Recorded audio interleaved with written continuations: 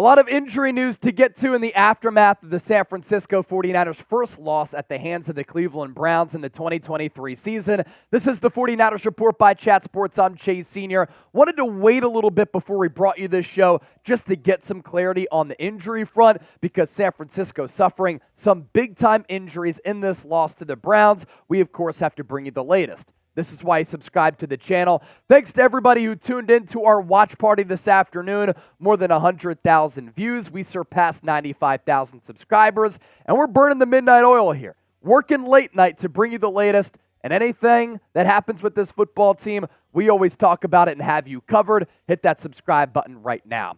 Let's begin on the injury front with Deebo Samuel. He left this game in the first quarter, and after that, you can tell this Niners offense in flux. They could have used him in some short yardage situations. They could have used him as a motion man in the pass game. He could have freed up some things on that back end for Brock Purdy, who had his least efficient game as a pro. According to reports, Deebo Samuel underwent an X-ray. It came back negative. He's going to get more tests on Monday. According to NFL insider Jordan Schultz, the next step, of course, is an MRI to see if there's anything in there that the X-ray cannot structurally show. But he's told that the team believes that Deebo Samuel will be fine. He had no catches, 2 carries for just 11 yards in this game. And when you think about this game for San Francisco, one of my keys to the game was for the Niners to beat the Cleveland Browns. Great teams should not have trap games. You can't turn the football over, and you had to come away from this game healthy. Well, the Niners were sloppy. They looked ill-prepared. They did turn the football over as Brock Purdy threw his first interception of the year, and they're banged up across the board going into next week's game against the Minnesota Vikings. From Deebo, all-pro player, to Christian McCaffrey, all-pro player. He left early in this game. And he was questionable to return originally with an oblique injury. What the Niners are calling it, an oblique rib injury. He did return to the game at some point in that second half. He had that carry, which went for about 5 yards. Then he had to leave immediately because you could tell he was in a lot of pain. He was talking to Bobby Turner, running backs coach, on that sideline. And after that, he just wasn't good to come back in. He kept trying to stretch that side, just couldn't get loosened up. And this is a player with injury history, just like Deebo Samuel. He missed 23 games combined from 2020 to 2021 in those 2 consecutive seasons against Cleveland. He was really good too. 11 carries, 43 yards, 3 catches, 9 receiving yards, and a receiving touchdown. He was really good as he's been all throughout this year. And when he came out, you could tell that this San Francisco offense was really missing him. And Brock Purdy was having to work with Brandon Ayuk as his number 1, Jawan Jennings as his number 2, Ray McCloud, and a little bit of Ronnie Bell. And it took the Niners out of their rhythm. Now, as a whole, San Francisco had the least amount of yards under Kyle Shanahan since he became head coach in 2017. And I thought that Jim Schwartz really had this offense in flux.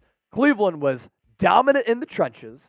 Niners' offensive line was terrible. That's why Christian McCaffrey, Deebo Samuel got beat up. And I thought that Cleveland in this game was the more physical team when usually it's San Francisco who is able to really set the tone as far as physicality goes. Jeff Mueller, he's a doctor on Twitter. We came across this tweet and thought it was notable to pass along. Christian McCaffrey, oblique injury. He attempted to return. After one run, he was in too much pain, notably sprinted off the field. So I guess that's a good sign. Muscle likely tightened, made it difficult to twist, rotate. Then he was ruled out. Wouldn't expect this to keep him out next week, but we will see.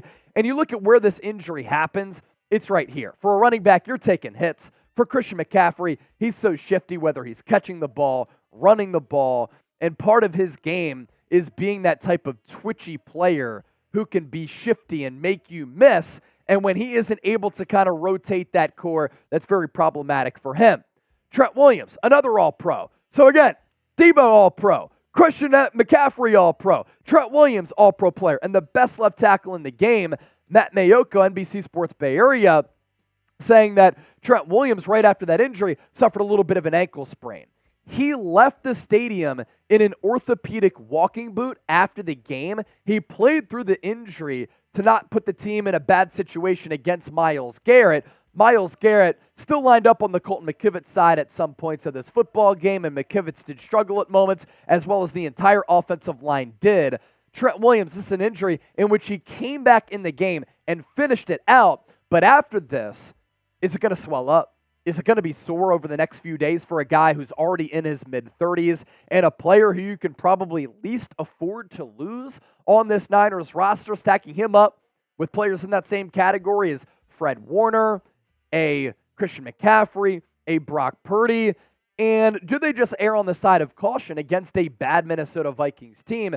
Sit some of these players out to try to get healthy, but then you run the risk of having another game like you did against Cleveland on the road in which you're beat up and you go down once again. So all these players hurt for San Francisco. Niners fans had their hearts beaten up. Their roster got beaten up today. So send good vibes to the Niners. They certainly need it. Hit that thumbs up icon and like the video. My takeaways from this loss coming up around the corner. First, though, today's show is sponsored by PrizePicks, the #1 and largest daily fantasy sports app in North America. It's easy and exciting daily fantasy. Head to prizepicks.com/CLNS. Daily fantasy sports made easy. You pick 2+ players and you choose whether they go more or less than their projected stat lines. I've won up to 25 times my money playing PrizePicks. We'll put that link in the comment section and in the description of this video. The deal up to a $100 deposit match at prizepicks.com/CLNS. But make sure you use that promo code CLNS for that deal to apply. So I want to round out with talking about this game for San Francisco. It's problematic for a couple of reasons.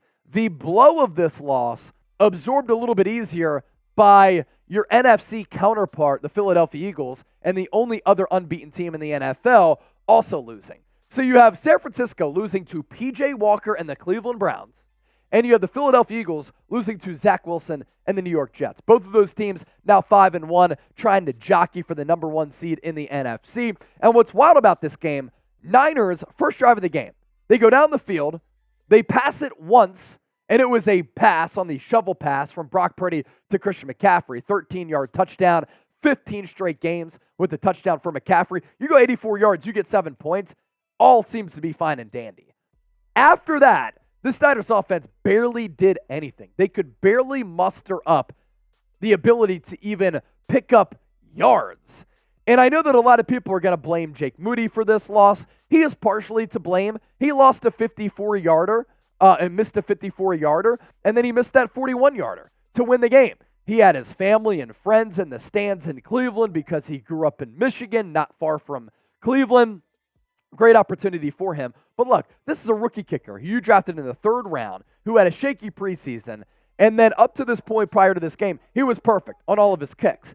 This game for me comes down to the fact that San Francisco had 215 yards of total offense, the least in a game under head coach Kyle Shanahan since he became head coach back in 2017. Jim Schwartz had this offense's number, and this Cleveland Browns team manhandled the Niners at the line of scrimmage. They looked just as fast, just as physical, and their multiple schemes seemed to confuse Brock Purdy a little bit. That's what happened on the interception that he threw, and it was bound to happen at some point. It's his first pick in 247 passes. Now, credit to Purdy. The Cinderella story could have continued. He drove the Niners right down the field, giving Jake Moody the opportunity to kick that 41-yard game-winning field goal that he pushed right, and Brock Purdy did his part on that drive, but he has to be better. It was going to happen at some point for him to come crashing down to earth, and it happened today on Sunday, Week 6, 2023 season. Remember it, 12 of 27, 125 yards, a touchdown, and an interception. What's also nuts is that the Niners weren't in control of this game really for the majority of it. Like, you look at the halftime scores of these games this year for the Niners, 20-7 over the Steelers, 17-7 tie against the Rams, 17-6 lead over the Giants, 21-10 over the Cardinals, 21-7 over the Dallas Cowboys. This is a game that the Browns kind of hung in there, and with P.J. Walker, he didn't really do anything special, but they hung tough. They had that level of fortitude. They waited for the Niners to make some mistakes. And what's also big about this game, so far in every game this year I think that San Francisco has done a tremendous job on first down of picking up yards to make second, third, and fourth downs more manageable. All day long, they were either at 2nd and 10 or 2nd and 10 plus. They were playing behind the sticks all throughout the day, and that just leads to having an inefficient offense. So that's one area where the Niners have to get a little bit better and adjust to after this game. And again, the law of averages do play out. When you've been so dominant like the Niners have been in 5 weeks going into week 6, at some point there's going to be a clunker in there. I don't think you're going to be the Miami Dolphins, New England Patriots teams that went undefeated in the regular season, and I didn't want it to happen. It's good to get this loss out of the way. It's good not to peak a little bit too early, but the averages are going to play out at some point, and the averages were just going to play out for Brock Purdy. He was due to have a clunker at some point, and for this offense, they had been so efficient, so explosive, and so healthy that I thought at some point, they were going to run into a little bit of adversity. And this adversity, I think,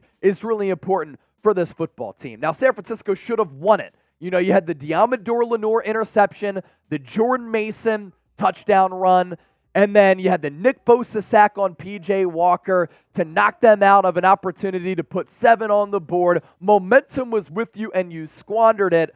But again, this is the NFL, and a majority of these games are decided by 1 score or less. And the Cleveland Browns are actually a pretty solid team. Like, they do have some legitimate players on both sides of the football. So make sure you subscribe to the channel. Appreciate everybody again who tuned into our watch party. Wanted to bring you that injury news and then pass along some of my thoughts. It was obviously an emotional day during the watch party, reacting to how everything transpired. This is the San Francisco 49ers Report. I will be back tomorrow on Monday with more injury news, recapping everything that happened as we continue to let this marinate a little bit, and we'll be live on the 49ers Report as well. So make sure you subscribe, and we'll catch you then. Peace.